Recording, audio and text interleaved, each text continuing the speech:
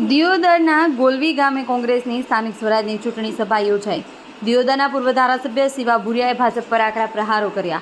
રાજકારણથી હું નારાજ છું, લોકો માટે ઘસાઈ જવાનો રૂપિયાના કિસ્સાના લોકો માટે વાપરવામાં છેલ્લે ચૂંટણીનો વારો આવે ત્યારે ઠોકી દેવાના। એક પણ મતદાર મત વગર રાખવું નહીં, 1000નું ડીઝલ ખર્ચી નાખો, મત રહી ન જાય। દિયોદર વિધાનસભામાં આ વખતે દિયોદર અને લાખણીના કોંગ્રેસ બહુમતી જીતે। શિવા ભુરિયા: ભાજપ વિકાસ કરીને તૂટી ગયું નથી, અગાઉ કોંગ્રેસ ખૂબ વિકાસના કામો કર્યા છે। મારા 5 વર્ષમાં એક પણ ખેડૂતના ખેતરે ઘરે ગાડી નથી આવી। ભાજપવાળા શું કરે છે એ અને ધારાસભ્ય શું કરે છે મને ખબર નથી। મારા 5 વર્ષમાં એક પણ ગામ બાકી નહીં હોય જ્યાં રોડ ન આપ્યો હોય। ભાજપ સત્તામાં છે પણ શું વિકાસ કર્યો છે? અત્યારે આમ તો સમગ્ર ગુજરાતમાં જિલ્લા પંચાયત અને તાલુકા પંચાયતની ચૂંટણી ખૂબ મહત્વની હોય છે। લોકોનું નાના મોટું ટોપો થતું હોય તો જિલ્લા પંચાયત અને તાલુકા પંચાયત દ્વારા થતું હોય છે।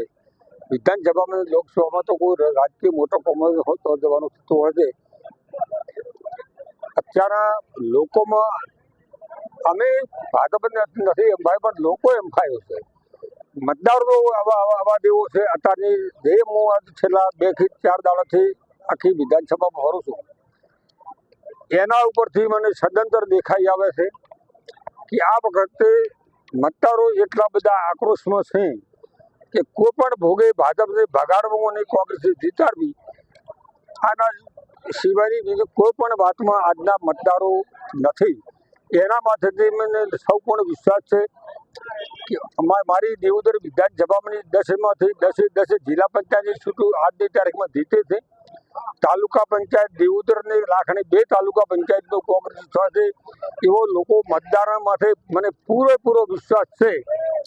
ભાજપ ગમે એવી વાતો કરતી હોય, ભાજપ વિકાસ કરીને તૂટી ગયું નથી।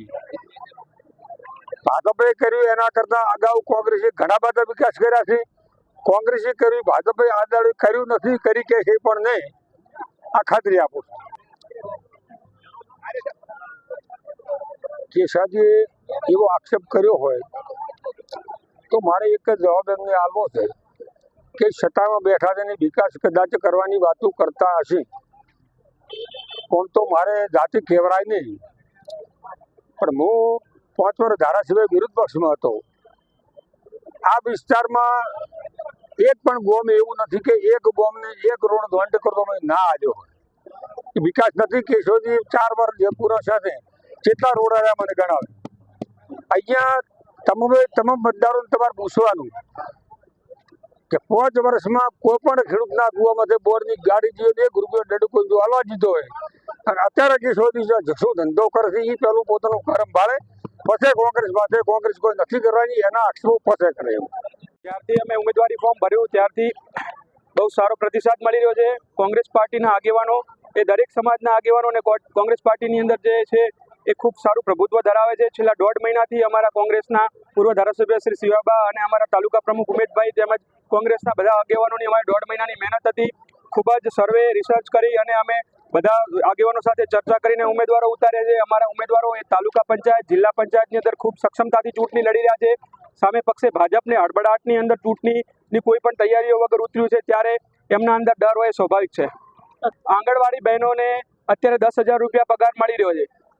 ગુજરાત હાઈકોર્ટે આદેશ કર્યો છે કે એમનો 24,300 રૂપિયા પગાર હોવો જોઈએ, સાથે સહકર્મચારી હોય એને 18,000થી ઉપરનો પગાર હોવો જોઈએ। એની જગ્યાએ આંગણવાડી બહેનોને માત્ર 10,000 રૂપિયા પગાર, એમના સહકર્મચારીઓને માત્ર 5,000 ચૂકવવામાં આવી રહ્યો છે। ત્યારે ગુજરાત હાઈકોર્ટના આદેશ બાદ પણ સરકાર એનું અમલીકરણ નથી કરી રહી।